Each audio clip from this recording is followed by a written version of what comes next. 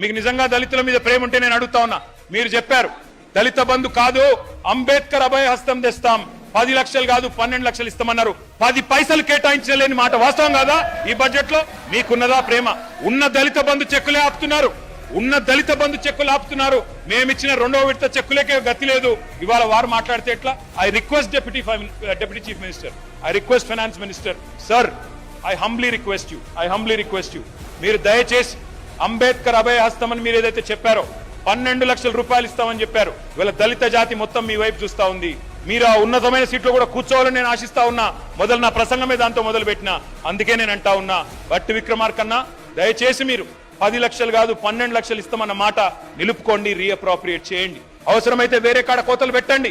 అనవసర ఆర్భాటాలకు అనవసర పేపర్ ప్రకటనలకు పోయిన దానికంటే ఓ 10 దళిత కుటుంబాలను బాగు చేసే ప్రయత్నం తప్పకుండా చేయండి అని చెప్పి, రీఅప్రోప్రియేట్ చేయమని చెప్పి నేను కోరుతా ఉన్నా అధ్యక్ష.